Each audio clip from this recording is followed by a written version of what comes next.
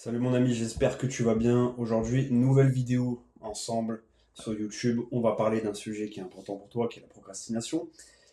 Et on va essayer de comprendre exactement pourquoi tu procrastines dans ton business et comment tu vas pouvoir arrêter.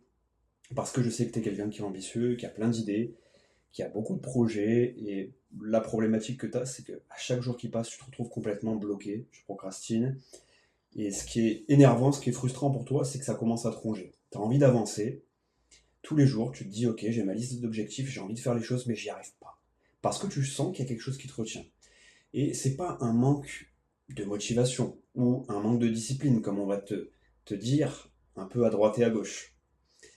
C'est qu'en fait, la procrastination est quelque chose de plus profond que ça.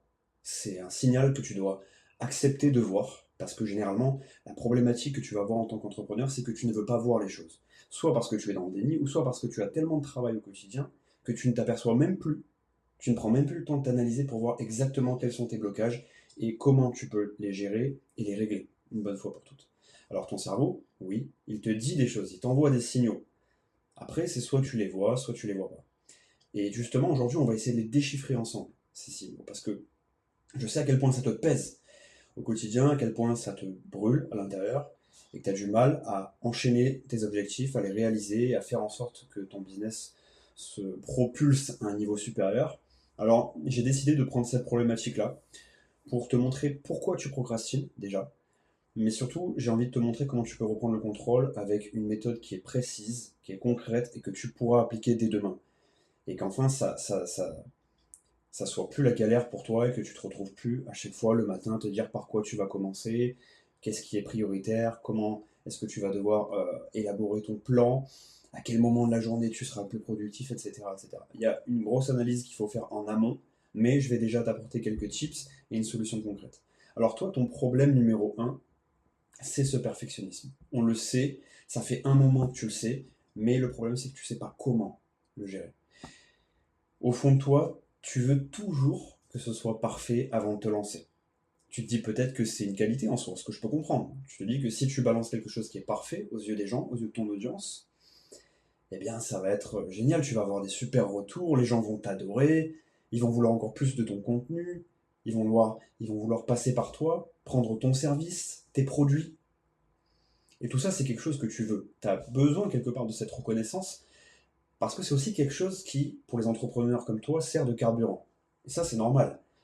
On a besoin de reconnaissance quand on est entrepreneur parce qu'on est souvent isolé, seul, et qu'on n'a personne pour nous dire quand on fait bien les choses. Donc je comprends que le fait de voir dans les yeux de ton client ou ton prospect potentiel un intérêt, mais au-delà de ça, de pouvoir l'aider et de voir dans ses yeux que tu l'as aidé réellement, c'est la plus belle des sensations. Donc je peux comprendre. Mais quand ça en arrive au point où tu passes ton temps à te dire que tu vas balancer ton offre, et qu'au final ça fait des semaines que tu es dessus, et que tu peaufines tous les détails, le design, la police d'écriture, tu reprends les mots, les tournures de phrases, bah pendant ce temps il se passe rien, tu passes pas à l'action et chaque jour tu repousses.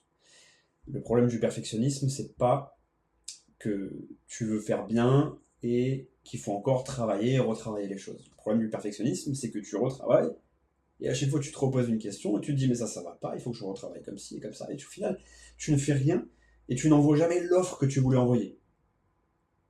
Donc au final, tu n'auras jamais le retour que tu espères de ton client puisque tu ne fais pas les choses.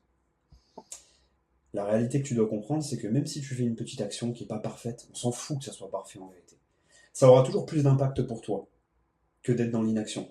D'ailleurs, l'inaction, c'est un point dont je parlais dans ma première vidéo du coup sur YouTube, qui traitait sur l'anxiété et pourquoi l'anxiété te bloque dans ta réussite. Et l'inaction faisait partie des points importants par rapport à ce que l'anxiété générait comme problème dans ton chemin vers la réussite sur ton business. Donc je t'invite à aller la voir d'ailleurs si tu ne l'as pas vue, ça te permettra d'avoir des infos complémentaires. Mais revenons là où on en était. Ce que je te disais, c'est qu'une action, même si elle n'est pas parfaite, ça te mènera toujours à avoir un référentiel. La problématique que tu as au quotidien, c'est que tu es là, tu es bloqué au niveau zéro, que tu ne fais pas les choses. Et tu vois en plus les entrepreneurs autour de toi qui font des choses, eux. Et eux, pourquoi ils s'améliorent? Parce qu'ils ont fait une première étape qui peut-être était merdique. Peut-être qu'ils ont fait de la merde, en vérité, sur la première étape. Mais ils ont eu du feedback. Ils ont eu des gens qui leur ont dit, ok, là, tu pourrais peut-être améliorer cette partie-là. Tu pourrais peut-être faire ceci, faire cela. Mais ce retour-là, ils l'ont parce qu'ils ont balancé déjà une première ébauche, tu vois. Et toi, c'est ce que tu vas devoir faire à partir de maintenant. La solution que je te propose ici, c'est d'adopter la règle des 70%. Au lieu d'attendre que tout soit parfait tout le temps avant d'envoyer, tu t'engages à lancer les choses dès que ton travail atteint 70% de ce que tu considères toi comme parfait. Pourquoi? Parce que c'est dans l'action que tu pourras ajuster et faire évoluer les choses. Si tu restes figé, comme je te disais, tu ne crées pas de référentiel. Si tu ne crées pas de référentiel, que tu n'as pas de feedback, tu ne crées pas de dynamique. La dynamique, on n'en a rien à faire. Même si elle part de zéro, même si ton produit, ton offre, ton service au départ est nullissime, tu sauras réellement s'il est nullissime aux yeux de ton client à partir du moment où tu lui auras donné une première ébauche et qu'il te fera un retour par rapport à ça. Et l'avantage, c'est que même si c'est nul au départ, tu auras un feedback qui te permettra de t'améliorer. Et c'est ça qu'on recherche en tant qu'entrepreneur. C'est l'amélioration, pas la perfection. Il y a une vraie nuance par rapport à ça. Alors, c'est pourquoi je te propose cette solution. Parce qu'au moins, tu pourras faire en sorte déjà de balancer des choses au quotidien, d'avoir du feedback et de créer cette dynamique. Alors, rappelle-toi, surtout une chose, ton audience n'attend pas la perfection de toi. Vraiment, les gens n'en ont rien à faire. Ils ont d'autres choses à penser dans leur journée, ils ont plein de choses qui leur passent par la tête. Par contre, ils attendent ta solution. Ils attendent une solution, ok, mais ils attendent ta solution à toi. Ils attendent pas la perfection. Et ça, il faut vraiment que tu te le mettes en tête parce que c'est quelque chose qui te permettra d'avancer beaucoup plus rapidement. Ok, maintenant qu'on a vu ce premier problème, on va passer au deuxième problème qui est extrêmement important. Et tu le sais très bien, c'est l'environnement, parce qu'en tant qu'entrepreneur aujourd'hui, tu as du mal à comprendre à quel point ton environnement joue sur tes performances, joue sur tout ce qui se passe chez toi au quotidien. Sur ton mental, sur ton moral, même sur ton physique, sur ton énergie, sur tout, absolument sur tout. Ton environnement, à l'heure actuelle, il te sabote. Et c'est pas ta faute véritablement. Ça, j'aimerais bien que tu le comprennes parce que généralement, les gens vont te dire que c'est ta faute si ton environnement est pourri. Si tu fais de la merde aujourd'hui, c'est parce que ton environnement est pourri, tu pourras plus jamais faire autrement, c'est comme ça, il faut que tu quittes ton environnement. Bon, effectivement, c'est une solution drastique qui peut marcher, mais si tu es dans une situation bien particulière et que tu as besoin de prendre soin de ton environnement et déjà de conscientiser quel est le problème dans ton environnement actuel, on peut prendre le temps, ensemble d'ailleurs, de faire un point par rapport à ça. Et si tu as des questions et que tu as envie de voir un peu comment on peut faire ensemble, je t'invite à m'envoyer un DM sur mes réseaux sociaux, que ce soit sur X ou sur Instagram, ou à réserver un appel avec moi avec le lien que je te laisserai en bas de la vidéo afin que tu puisses, avec moi, voir comment on va faire pour identifier tes blocages et en même temps voir quelle est la meilleure solution pour que tu puisses euh, améliorer, on va dire, la qualité de ton environnement, mais aussi la manière dont ça va influencer après ton travail. Mais ça, on en reparlera un peu plus tard. Ok? Moi, j'aimerais que tu comprennes que c'est pas de ta faute, comme je te disais, parce que, en fait, ton attention aujourd'hui, c'est la ressource qui est la plus convoitée par le monde actuel. Les notifications, les emails, les réseaux sociaux, les écrans, les smartphones, les télévisions, tout ce que tu veux, tout est fait aujourd'hui pour te prendre ton attention. Tout est conçu pour capturer ton focus avant même que tu t'en rendes compte. Vraiment. Imagine, on prend une situation. Tu te dis que tu vas enfin bosser sur la tâche importante, admettons ce qu'on disait tout à l'heure, sur l'offre que tu dois faire. Mais à ce moment-là, au moment où tu te lances le matin, tu as tu as ton téléphone qui commence à vibrer. Une notification, un email. Et puis après, tu te dis, ouais, attends, il faut que j'aille scroller un petit peu sur Instagram pour voir deux, trois petites choses, pour voir ce que font mes concurrents, pour voir telle ou telle personne, parce que je voulais voir son post à lui, etc., etc. Bon, le résultat, on connaît, c'est toujours la même chose. Une heure plus tard, eh ben, t'as rien avancé et tu te sens épuisé.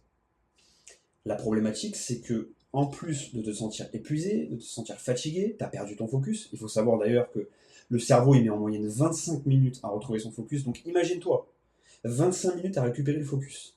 Si tu perds ton focus 10 ou 15 fois dans la journée, en fait, tu fais rien. Tu fais rien à fond. C'est pour ça qu'il faut travailler à la source et pas juste se dire, ok, je me mets en mode avion, ou alors, voilà, je vais mettre les écrans noir et blanc. Non, il faut que ce soit plus profond que ça, tu vois. Il faut que tu comprennes aussi que les distractions, elles ne volent pas ton temps uniquement. Elles volent ta capacité à entrer dans l'état de flow, dans cet état de concentration profond qu'on appelle le flow, mais qui est impactant pour toi. C'est dans ce moment-là, c'est peut-être quelque chose que tu as déjà connu, l'état de flow, Mais quand tu es dedans, tu le sais parce qu'il n'y a plus rien autour de toi. Tu es vraiment à fond, tu es concentré, tu fais tout ce qu'il y a à faire. Et à ce moment-là, t'inquiète pas, si tu l'as déjà vécu, tu le sais, tu procrastines pas dans ces moments-là. Tu bosses à fond, tu te poses plus de questions. La problématique actuellement, c'est que tu n'arrives pas à entrer en état de flow parce que tu es déjà dans une phase où tu démarres ta journée et c'est la surcharge dans ton cerveau. Donc tu peux rien faire. Tu peux rien faire dans ces cas-là. Par rapport à ça, moi je te propose une solution. En fait, c'est un protocole que j'avais mis en place avec certains des personnes que j'ai coachées récemment. Ça s'appelle le Focus Total 2.0, où en fait c'est quelque chose que tu vas activer dès le matin. En gros, avant de commencer ta journée, tu fais quelque chose que j'appelle la décharge mentale, où tu vas noter absolument toutes tes pensées, toutes les idées qui parasitent ton cerveau, toutes les tâches secondaires qui n'ont pas vraiment d'impact pour toi, tu les notes sur un carnet et là tu libères ton cerveau. Et puis tu entoures juste une seule tâche, celle qui va avoir le plus d'impact direct sur l'objectif principal que tu as pour ta journée. Et tu devras te concentrer uniquement sur ça. C'est le focus qui va régler tous tes problèmes. Ensuite, tu dois t'engager sur des blocs. Alors ça, moi, c'est vrai que je préconise en général des blocs de 90 minutes, mais ça dépend des personnes. Il y a des personnes qui, au départ, ont perdu tellement de capacité à être focus au quotidien que c'est impossible pour elles de rester plus de 45 minutes sur un projet. Ok, donc ça sera après à toi d'adapter en fonction de tes capacités. Mais en général, moi, je propose 90 minutes parce que tout ce qui est session Pomodoro, que tu dois déjà connaître, que tu as déjà essayé de 45-50 minutes, généralement, elle te bloque à partir du moment où tu commences réellement à rentrer dans le focus, dans l'état de flow. Et pour l'avoir testé sur plusieurs personnes, généralement, c'est autour de 35-40 minutes. Donc si tu commences au bout de 35-40 minutes à rentrer dans cet état de flow ou à commencer à y entrer, juste à y entrer tout doucement, et que 15 minutes après, on te coupe dans ton élan, c'est mort. Sachant que, comme on disait tout à l'heure, il faut 25 minutes pour ton cerveau pour retrouver sa capacité de focus total. Donc ici, on va viser plutôt 90 minutes. Pas de téléphone, pas d'onglet ouvert. Si tu veux, tu mets tes écouteurs, filaires de préférence pour éviter d'avoir les ondes Bluetooth. Et là, tu mets ce qu'on appelle la musique binaurale en 60 BPM. C'est le style de musique et de playlist qui peut t'aider pour stimuler ta concentration. Et ensuite, l'objectif, ça va être de créer des sortes de sas de décompression ou des transitions où après chaque bloc de 90 minutes, tu prends 10 minutes pour toi. Et là, tu vas respirer, tu te détends, tu vas marcher, tu fais le point. Tu notes aussi des choses si tu vois que pendant ces 90 minutes, il y a eu des choses qui se sont passées, qui t'ont fait du bien, d'autres qui t'ont fait moins de bien, des moments où tu as peut-être pensé à des choses et tu t'es dit, oulala, il faudra que j'y revienne. Note les choses, ne les laisse pas passer. Ne laisse pas ton cerveau accumuler de la surcharge en permanence.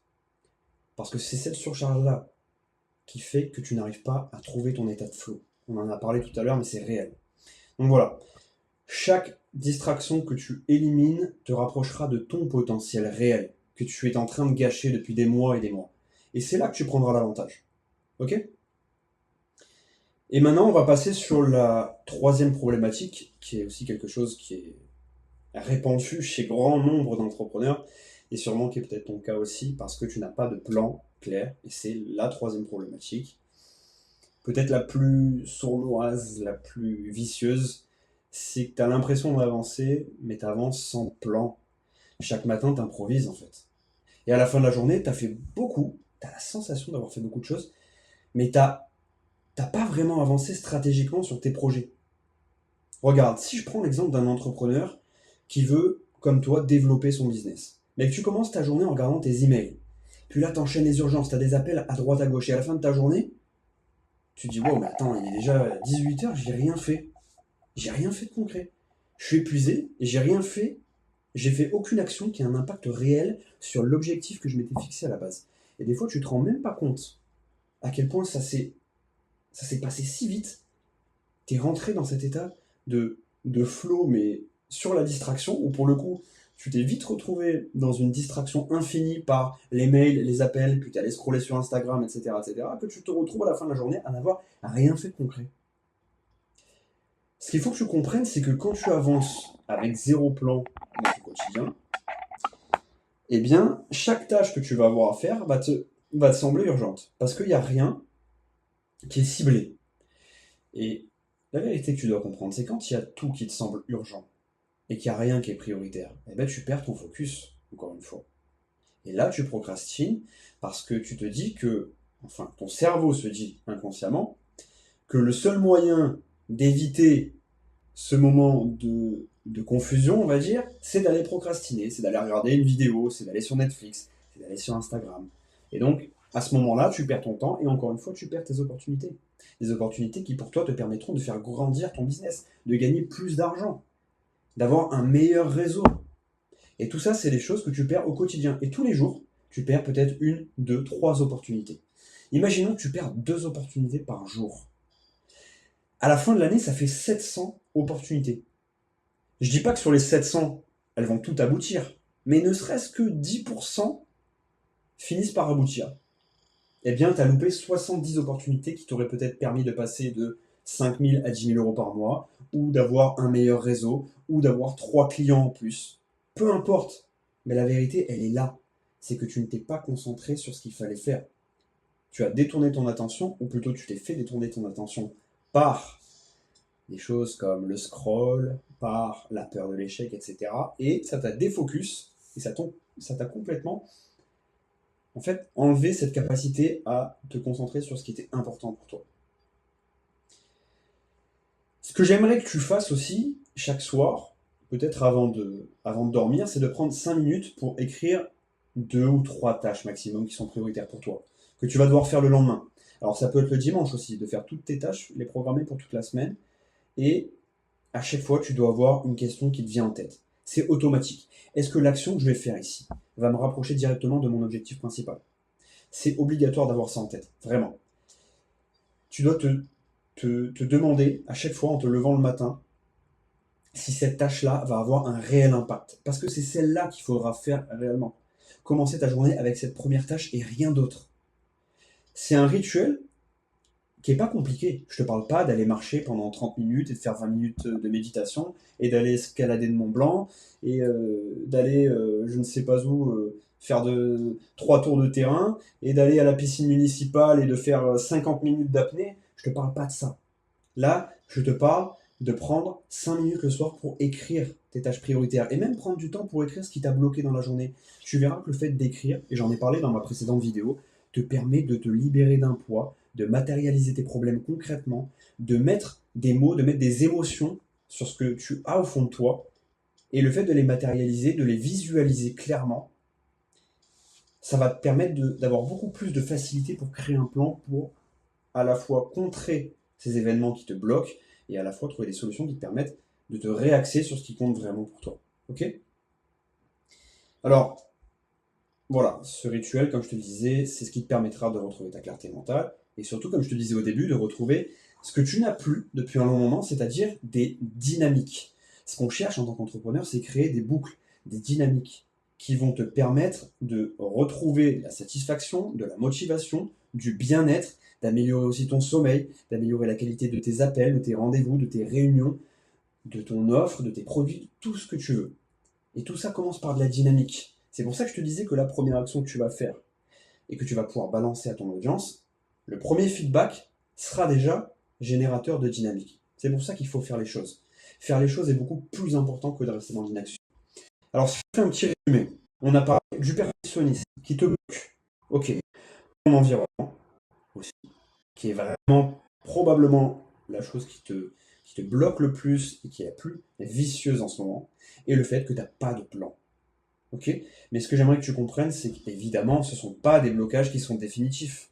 Ça, tu dois absolument le comprendre. Les blocages, ils sont jamais définitifs. Tu as toujours la possibilité de reprendre le dessus. Alors évidemment, je t'ai parlé de la règle des 70%, le protocole Focus 2.0 et le rituel dont je viens de te parler avec les 3 priorités pour retrouver un plan clair.